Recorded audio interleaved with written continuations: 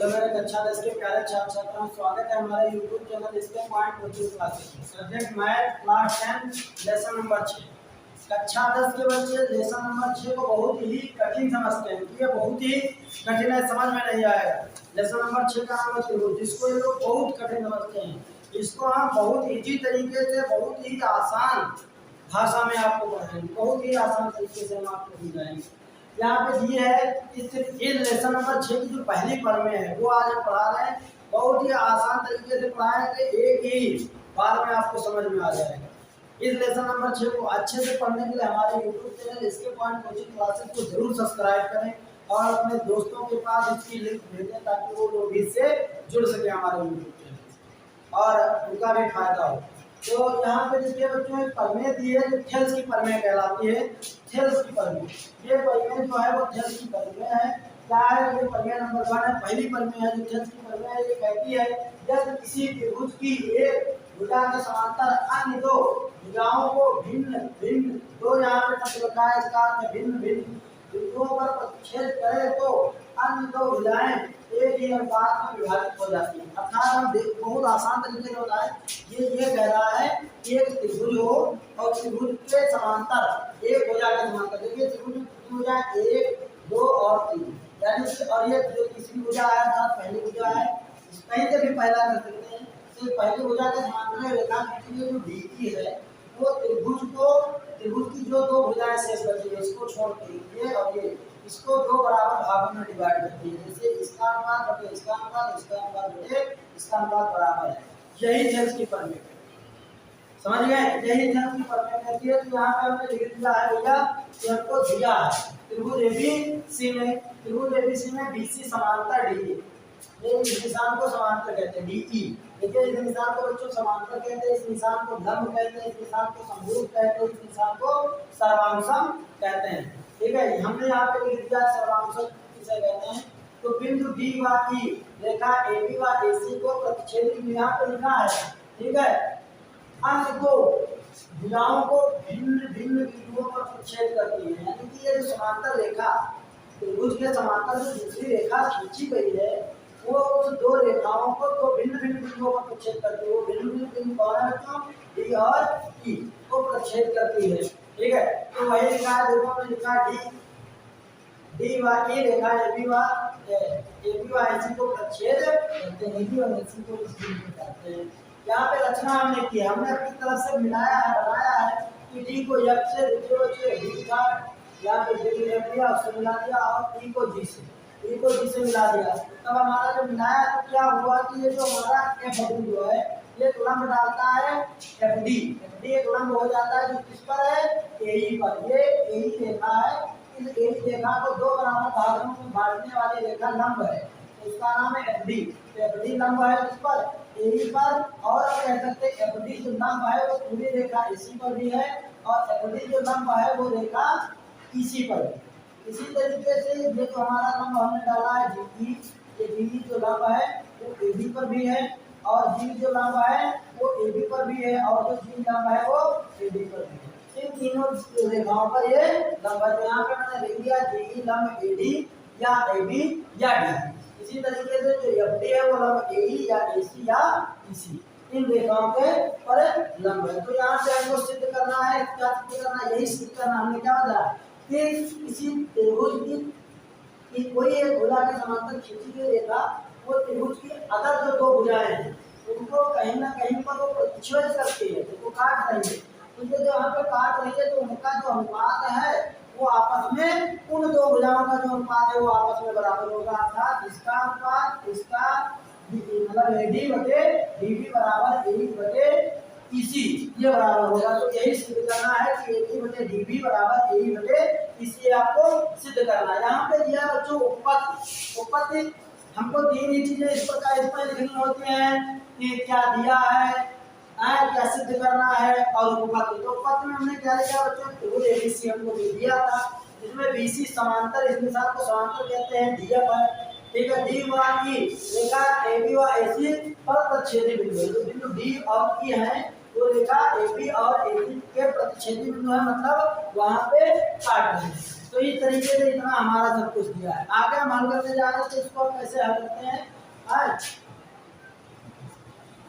GE लंब है किस पर, एडी, या जो ये जी रेखा है वो किस पर लंब है, एडी या किस पे, एबी या डीबी पर, डीबी।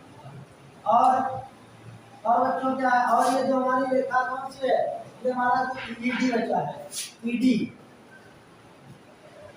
ईडी लंब है, ईडी जो है वो किस पे लंब है, ED FD, FD, FD, F D लंब है, एफडी लंब है किस पर, एई या एसी या ईसी पर, यानी कि ये जो एफडी है वो भी लंब ए पर है, या कह सकते हैं एसी पर है, या कह सकते हैं इसी पर लंब है। तब आप लिखेंगे तब हमारा हो जाएगा बच्चों, त्रिभुज यहाँ पे लिखेंगे, त्रिभुज ए डी ई का क्षेत्रफल बटे त्रिभुज ए डी ई, इस त्रिभुज का क्षेत्रफल बटे त्रिभुज इस वाले त्रिभुज डीईबी, त्रिभुज डीईबी का बराबर हो जाएगा हमारा,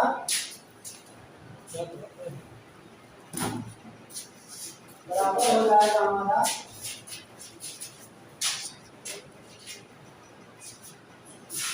यहाँ पे उसके बराबर हो जाएगा त्रिभुज एईडी, एईडी का क्षेत्रफल,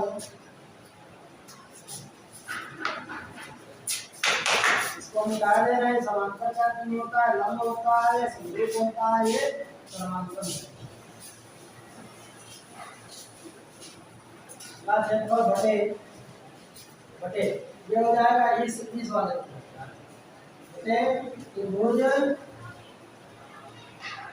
ईडीसी का क्षेत्रफल, ईडीसी का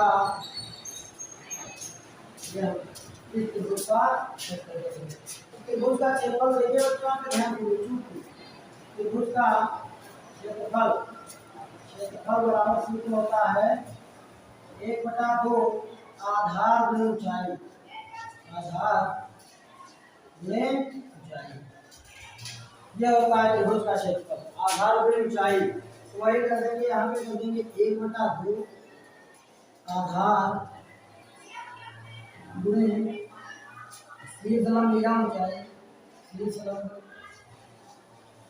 बटे 1/2 आधार गुणे शीर्ष लंब बराबर 1/2 आधार गुणे शीर्ष लंब बटे 1/2 आधार गुणे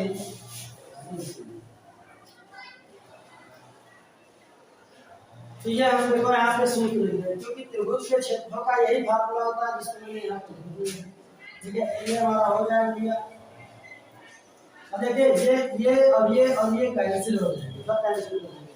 अब देखिए इस त्रिभुज में, यानी कि त्रिभुज एडीई में आधार क्या है, एडी, आधार क्या है तो हमारा एडी गुणे शीर्ष लंब, लंब क्या है उसमें जीई है, तो यहाँ पे लिखेंगे जीई बटे, अब देखिए ये वाला त्रिभुज है ना बटे ये वाला त्रिभुज है, तो आधार क्या हो जाएगा इसका डीबी, ये हो जाएगा आधार डीबी गुणे शीर्ष लंब, हमको क्या आता है, ये जो शीर्ष लंब है इस त्रिभुज पर भी लंब है, इस पे भी लंब है, इस रेखा पर भी ये लंब है, तो ये हो जाएगा डीबी बराबर, ये हो जाएगा आधार, और इस वाले त्रिभुज की बात करते हैं, इस वाले इधर, तो ये वाला त्रिभुज में आधार क्या है हमारा एई, तो एई गुणे शीर्ष लंब क्या एफडी, एफडी या तो डी बटे ये वाला त्रिभुज हो जाएगा, इस वाले त्रिभुज बटे इस त्रिभुज, ये त्रिभुज है तो इसका आधार क्या है इसी, यहाँ हो जाएगा इसी गुणे गुणे, ठीक है। और इसका शेष लंब क्या है, एफडी, हमने बताया था। इसका इसका और पूरे का लंब जो है वो एफडी भी है, एफडी ही है, तो एफडी हो जाएगा। और इधर इसका और इसका पूरे रेखा एबी का लंब क्या है, जीई है। तो ये कैंसिल हो जाएगा बच्चों, ये और ये कैंसिल हो जाएगा। तो ये हमारा हो जाएगा एडी बटे डीबी बराबर एई बटे ईसी। ये हमारा भैया बहुत आसान तरीके से,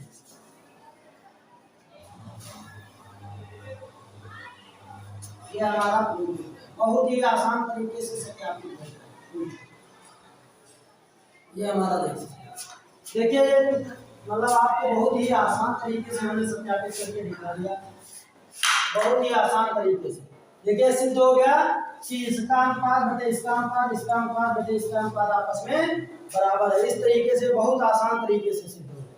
आपको फिर से मैं बता देना चाहता हूँ कि जैसे ये क्या लिखा है, कह रहा है यदि किसी त्रिभुज की एक भुजा के समांतर, देखिए त्रिभुज में 3 भुजा होती है, उसकी कोई एक भुजा के समांतर एक दूसरी रेखा खींच ली जाए उस त्रिभुज में, तो यहाँ पर मैंने देखिए खींची है, यानी कि BC के समांतर, ये बिंदु C है, इस बिंदु C के समांतर रेखा खींची है BC के समांतर DE, जो रेखा AB और AC इन दोनों रेखाओं को D और E बिंदु पर देखो प्रच्छेद करती है। तो यही कह रहा है भिन्न भिन्न बिंदुओं पर प्रच्छेद करे तो अन्य दो भुजाएं एक ही अनुपात में विभाजित होती हैं। तो जो अन्य दो भुजाएं बची यानी एक है और एक ये बराबर अनुपात में, अर्थात AD बटे DB और AE बटे EC बराबर अनुपात में विभाजित होती है। यही सिद्ध करना था। तो देखो यहाँ पे सिद्ध भी हो गया है। ये देखिए वही सब हमने लिखा भी है कि त्रिभुज ABC में BC के समांतर हमने DE खींचा था, तो D को E से D व E रेखा AB व AC के AB और AC के क्या है, प्रतिच्छेदी बिंदु है, यानी कि प्रच्छेद माने होता है काटना, काटते हैं। तो हमने रचना की है, D को F से व E को G से मिलाया, अर्थात ये जो हमारी GD है GE वो लंब AD पर भी है, और जो GE है वो लंब DB पर भी है, और जो GE है वो लंब AB पर भी है। इसी तरीके से ये हमारा FD है वो लंब AE पर भी है, और FD है वो लंब EC पर भी है, और जो FD है वो लंब AC इस पूरी रेखा पर है। तो ये सिद्ध करना है हमको, क्या सिद्ध करना है हमको, यही सिद्ध करना है कि इसका AD बटे DB बराबर AE बटे EC, ये हमको सिद्ध करना है। तो हमने उपपत्ति में लिखा भी है त्रिभुज ABC में, इस त्रिभुज ABC में BC के समांतर D एक रेखा हमने खींची है, जिसके G, D और E दोनों बिंदु रेखा AB व AC के प्रच्छेदी बिंदु हैं। इस तरीके से हमने क्या किया है, रेखा AE पर FD लंब डाला और AD पर GE लंब डाल दिया। इस तरीके से हमने लिख दिया था त्रिभुज ABC का ADE, यानी इस त्रिभुज का क्षेत्रफल बटे इस वाले त्रिभुज का क्षेत्रफल बराबर AED का क्षेत्रफल बटे EDC, इस वाले त्रिभुज का क्षेत्रफल है। क्योंकि त्रिभुज के क्षेत्रफल का सूत्र होता है 1/2 आधार गुणे शीर्ष लंब। कब, जब 90 अंश का कोण बनता है, जब 90 अंश के कोण पर एक भुजा होती है, दो भुजाएं होती हैं, तब ये वाला रूल लागू होता है। ठीक है, तो ये देखिए क्योंकि ये लंब है, लंब पे कोण थीटा 90 अंश बनता है, लंब की बात करता है तो थीटा 90 हो जाता है। तो हो जाएगा 1/2 आधार गुणे शीर्ष लंब, फिर 1/2 आधार गुणे शीर्ष लंब बराबर 1/2 आधार गुणे शीर्ष लंब बटे 1/2 गुणे आधार गुणे शीर्ष लंब, 1/2 गुणे में हमने काट दिया। अब इस वाले त्रिभुज के देखेंगे ADE में जो आधार है वो AD है तो AD लिख लिया, और शीर्ष लंब GE है तो GE लिख लिया। इसी तरह बटे में आधार जो है इसका, ये इस वाले त्रिभुज का आधार DB है तो DB लिख लिया, और शीर्ष लंब GE है तो GE लिख लिया, फिर बराबर कर दिया। इस वाले त्रिभुज का आधार जो है भैया वो AE है तो हमने AE लिख लिया, शीर्ष लंब FD है तो हमने FD लिख लिया। फिर इस वाले त्रिभुज को लिया है, इस वाले त्रिभुज का इसका आधार जो है वो क्या है, आधार है EC, वो लिख लिया, शीर्ष लंब हमारा FD है वो लिख लिया, FD से FD काट दिया, G से G काट दिया।